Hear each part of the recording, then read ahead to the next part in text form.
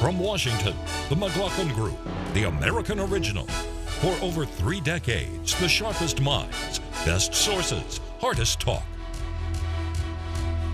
Thank you for joining the McLaughlin Group, a show where friends disagree agreeably. I'm your host, Tom Rogan.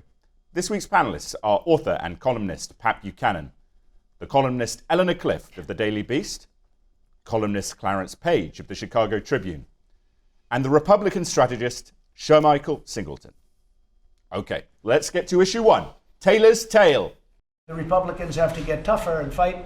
We have some that are great fighters, but they have to get tougher and fight because the Democrats are trying to hurt the Republican Party for the election, which is coming up. President Trump this week confronted a rising Democratic impeachment inquiry. And while a supportive group of GOP congressmen stormed a Democratic meeting on Wednesday, Trump faced his own new challenges. First, testimony from the ranking U.S. diplomat in Ukraine, Bill Taylor, that he believed Rudy Giuliani was orchestrating the withholding of U.S. aid to Ukraine in order to pressure that nation's government to investigate Joe Biden. Second, an AP report suggesting that then-President-elect Volodymyr Zelensky held a May meeting with senior advisors out of alarm at Trump administration demands that Biden be investigated. Pat, is the impeachment inquiry getting worse for the president? And secondly, which I didn't mention in there because it came out after I produced that segment, do you think John Durham's move towards a criminal inquiry rather than an administrative inquiry into the handling of the Russia investigation is good news for the president? I think it's huge news for the country, and I think it's good news for the president in this sense. Look, this is an investigation Durham has begun, which is into the counterintelligence investigation, involves the CIA, DNI, Director of National Intelligence, Comey, and the whole thing. And he's investigating how the Mueller investigation came about. And he's now saying it is a criminal investigation. In other words, crimes were committed, probably, at the beginning of the investigation of Donald Trump in 2016, in the middle of the year and toward the end of the year before Mueller took over. And this, you're going to have people who were at the top of the Obama administration in national security and intelligence and justice, and even in the White House, I think, who are going to have to get lawyered up. Eleanor? Well, this is another example of the Trump administration doing out in the open an abuse of a federal agency, an abuse of the FBI, an abuse of the Justice Department, things that Richard Nixon did covertly. We see the Attorney General basically acting as a tool of the president, traveling to all these capitals trying to dig up dirt on an imaginary conspiracy theory. I guess imaginary and conspiracy are same word. So, well, this is part of the. Are real. This is right. This is part of the Republicans trying to fight back against the impeachment inquiry, and they're having some success because we're opening this show with this latest stunt. Well, I brought up Bill Taylor. Another stunt. Instead of really talking about what William Taylor talked about. And he put the president right at the center of the extortion in Ukraine, and not only in the extortion, but in the cover-up. And he is a man with immense credentials, a West Point grad. Secretary of State Pompeo actually brought him in and asked him to take over as the acting ambassador to Ukraine. He kept copious notes. All the Republicans think of doing is, it's a secret hearing in the basement. Well, that's the secure room in the Capitol. Those public hearings that Pat says he wants and the Republicans say they want, they're coming. They're coming to your TV set in November. Sure, Michael. I mean, they are coming, but the question is, when they do come, how many people, how many Americans are going to be paying attention to this? Thanksgiving's coming up, Pat. Christmas is coming up. New Year's is coming up. Next thing you know, it's going to be January 2020. The first votes are cast February 3rd during the Iowa caucus. There's another votes that are going to be cast a week later. So the question for Democrats has to be, can you convince enough of the American people, particularly in those key swing states, to pay attention to this? I'll cite a quick poll. In Iowa, only 7% of registered voters believe this impeachment inquiry is a critical issue. When you look at all of the key battleground states writ large, it's not a top 5 issue. And so the question for Democrats, as they prolong this process, do you impact your candidates? Do you lose the attention of the American people? And I think that all benefits the president. So as Republicans figure out a strategy to combat all of this, I think Democrats are putting too much into this, just like they did with the Mueller investigation. And guess what? It gets too deep into nuances. People say, you know what, this is complicated. I'm moving on. And that's precisely what Donald Trump hopes happens. That's why we're seeing now a chapter of the Trump playbook called Dueling Narratives, where you have one narrative of an investigation that we all have been talking about for months. And now we got this alternative narrative now that the Attorney General has come up with that, it's really the Democrats who need to be investigated, blah, blah, blah, blah, blah. And, excuse me, I just want to dovetail to what you were saying, because you're absolutely right. But how much have the numbers changed over the last couple of years anyway? We know there's a solid Republican base, there's a solid Democratic base. There's only about 15% up there you've got to persuade. And a bunch of those who are paying attention, the latest polls show that impeachment is now rising, along with being kicked out of office. Let me ask Clarence, let me ask Clarence something and I'll come to Pat. Yeah. Do you think, though, the argument here from the left is that, and perhaps it is fair, that this is Attorney General Barr playing politics, but John Durham, until earlier this week, was widely respected across the bipartisan consensus, and he, it seems, is the one who's transferred this to a criminal inquiry. And aren't they all honorable men? Until it changes in the partisan wind. Look, they can go ahead and investigate if they want to. That's their right. And they've certainly ginned up a lot of suspicions on Fox News over weeks and months that amazingly haven't been picked up by anybody else, but they keep been following this narrative. So this is the crescendo now, where you got the Attorney General himself now pushing the same narrative. Now we have a criminal investigation. Let's go back to Adam Schiff, the Wyszynski of this piece. Look, this whole thing, the fix is in. Trump is going to be impeached.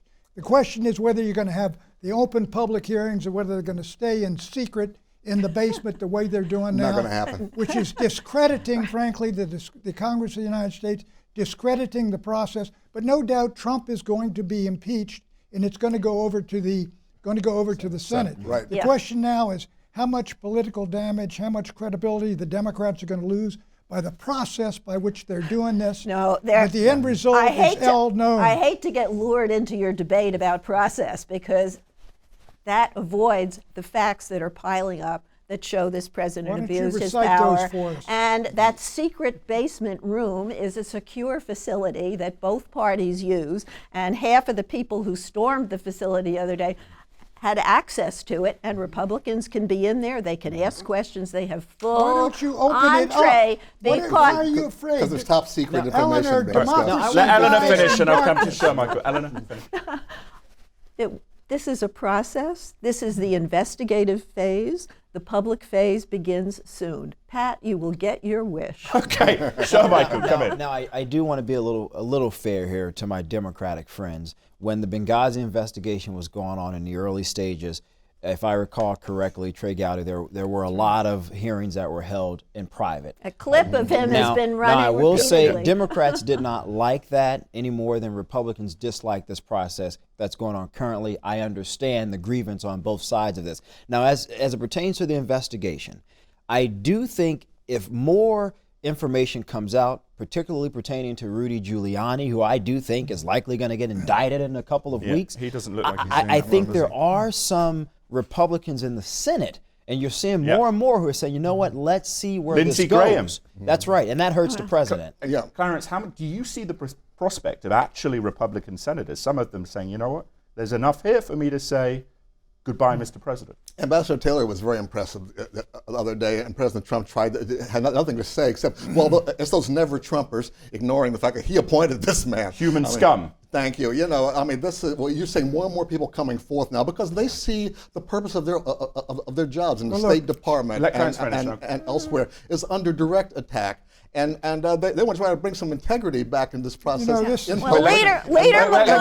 That's where you begin to persuade some senators that maybe for my integrity and my reputation. Pat and then Eleanor. Look, if they fail to impeach in the House, the Democratic Party will come apart.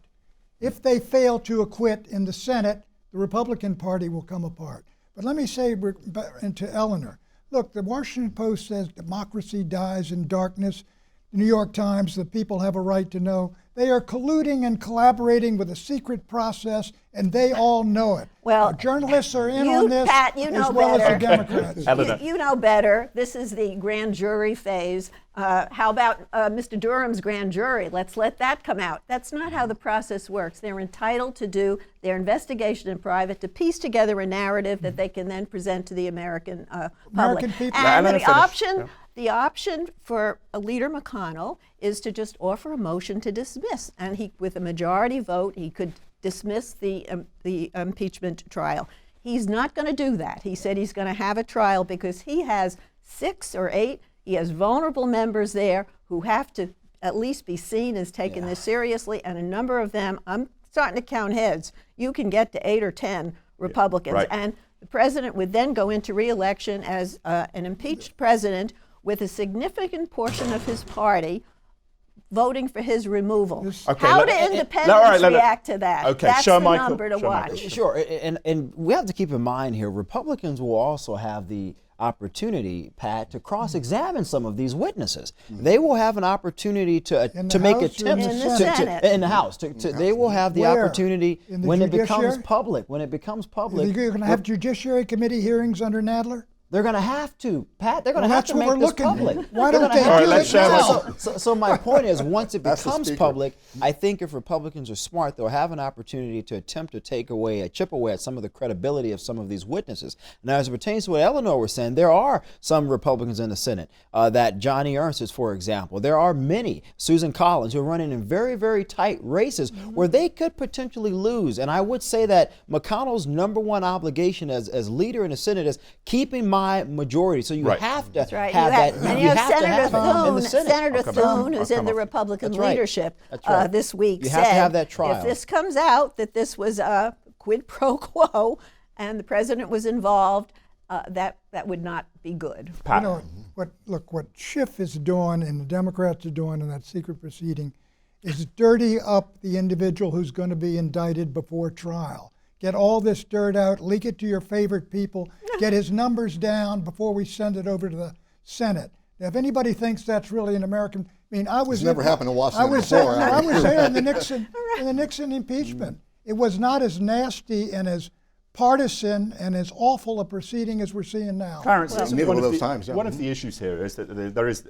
evidently now a partisan interpretation, both from the left on the Durham inquiry and from the right on the Trump impeachment inquiry.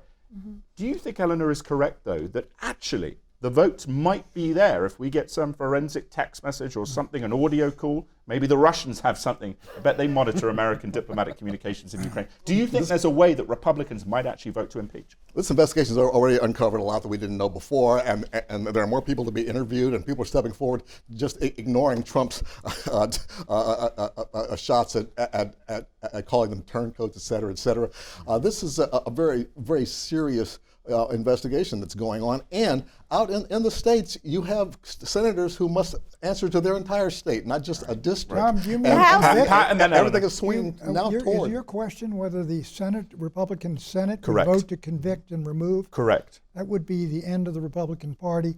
I think the whole Republican base that stood by Trump, if they saw him on the basis of what we know now, throw him out of office, you can forget the 2020 election and a number of elections after that. Okay. Well, you may forget a number of elections after that, even if the president wins. That could be an argument posed by some within the Republican camp, Pat. I mean, if Trump is exonerated, I'll tell you, then the spotlight turns around on those who indicted him. Well, Concluding comment from Eleanor. Lindsey Graham is trying to muster up support for Republicans to vote and say this is an unfair inquiry, whatever. And Republicans don't want to take that vote because enough of them are looking at their constituents and they see the cost. So that resolution on his part will fail. I think removal from office by conviction is unlikely, but it's not impossible. Okay. I'd put it at 20%. Okay. It was looking more possible after Taylor's testimony. Right, we're going to move on. I think one area we should focus on, let both inquiries, Durham and the impeachment inquiry, continue. Even though it might be in the shadows, someday it will come to the light. That is the story of America. Issue 2, from Putin with a ceasefire. We have done them a great service, and we've done a great job for all of them. And now we're getting out. Praising Turkey and Kurdish interests, President Trump on Wednesday announced a permanent ceasefire in northern Syria. But, the president added, the degree of permanence is quote-unquote somewhat questionable. And while the president claimed America orchestrated the ceasefire, others, such as this moderator, suggest Vladimir Putin arranged this deal in a manner unfavorable to American interests. And note this, to the frustration of ardent anti-interventionists, the president also announced that a small number of U.S. military forces will remain in eastern Syria in order to protect oil fields in that area from falling into Russian and Iranian hands. Eleanor, is this ceasefire a good deal for America and, more importantly, for the Kurds? It buys time, but the president taking credit for this and claiming this is a significant achievement is really obscene. He set in motion a human tragedy in that country, and specifically for the Kurds. He mortified American troops who withdrew while they were being pelted with tomatoes. And then we saw the image of President Putin and the president of Turkey meeting. It was like a modern day Yalta without carving up Syria, but without a U.S. presence. I mean, he has given away a portion of the world where American influence has been considered vital. Maybe we're not as dependent on their oil anymore, but then for him to leave behind, he's going to leave some armored vehicles behind to guard the oil fields. What kind of a message does that send? On a lighter note, I remember a bumper sticker from the first Gulf War. It said, "What is our oil doing under their sand?" This is the kind of attitude he takes. Just a bunch of sand over there. We don't need to worry about it. Well, let me say that what have the Russians inherited? They're going to police a 20-mile strip of border between Turks and jihadists on one side and the Syrian army and Kurds on the other. Good luck, fellas. You're delighted to do it. Secondly, that's for the oil. That is Syria's oil. It is not our oil. It produces 60,000 barrels. We have no right to be. So you disagree with the president on that? Well, what I'm saying is it's not going to last. We're not going to keep hold of that oil. Somebody's going to come and take it. It belongs to Assad. He might be a dreadful fellow, but that's his country, and the Kurds are there. I think we're going to use it as a bargaining chip. Okay. Yeah, I agree. I think this is the phase we're moving into now. What's done is done as far as Trump is concerned. He put he's assigning those troops there to guard the oil fields. That's an important resource for the Kurds now, and it is an important bargaining chip in that region, and somewhere there has to be a resolution to this. The thing is, all of this benefits Putin.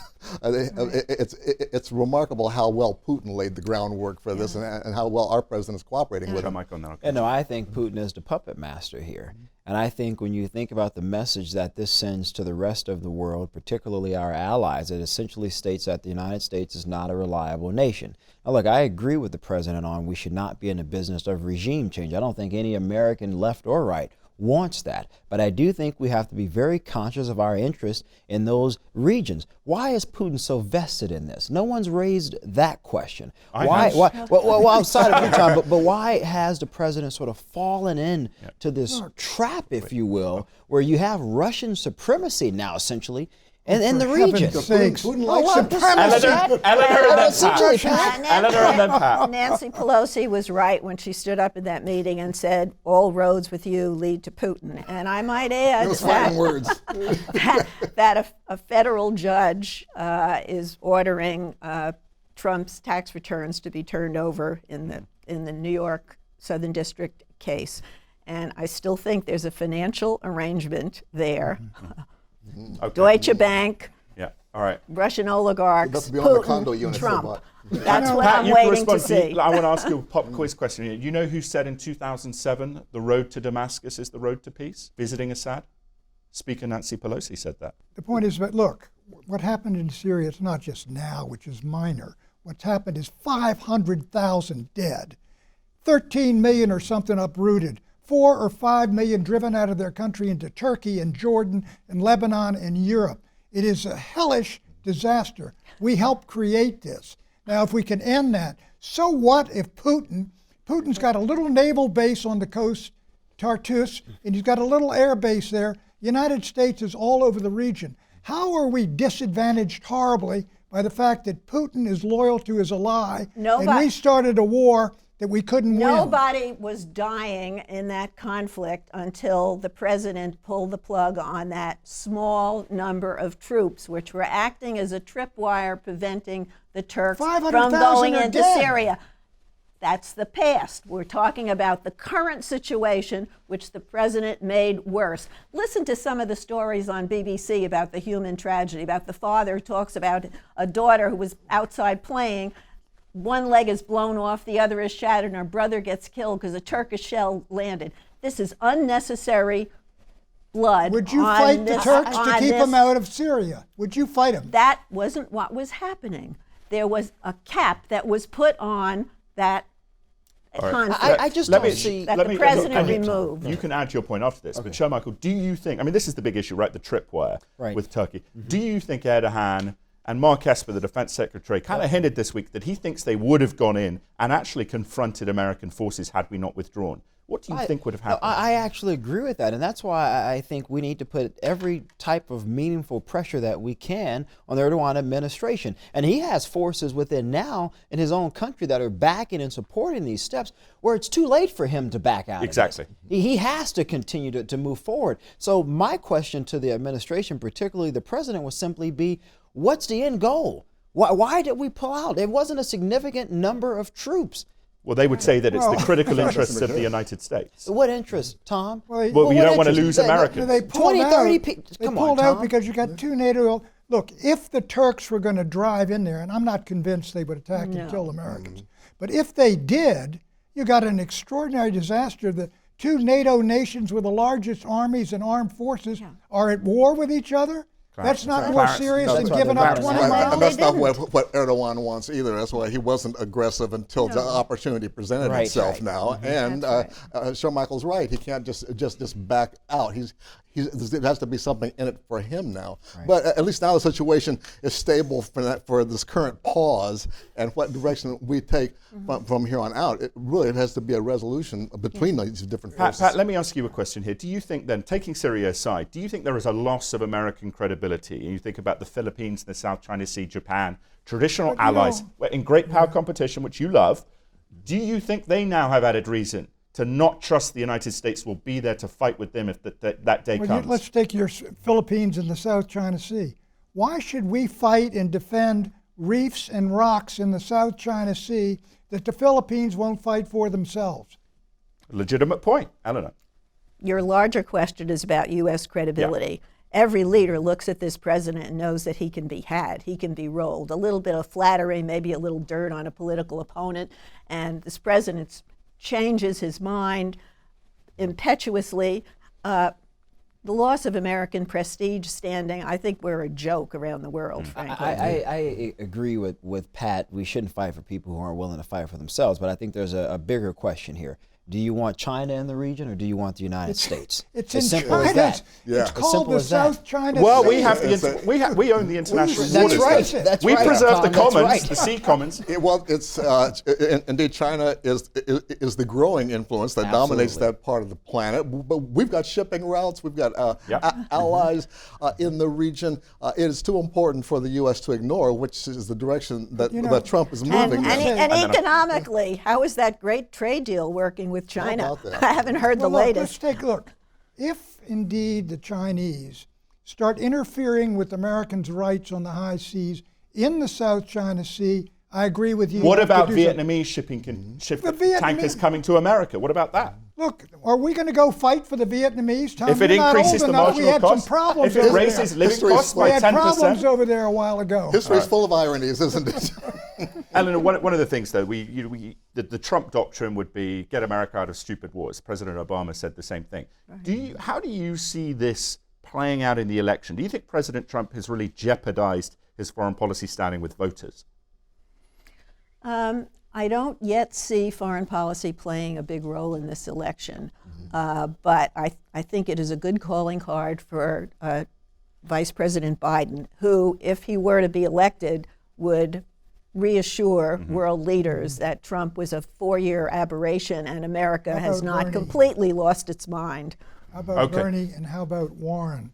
They are America first, come home America socialists. Yes, we'll come back to that. Okay, predictions, Pat. I think this Durham thing, coupled with Horowitz's report, is also coming out. He's the Inspector General of the Department of Justice.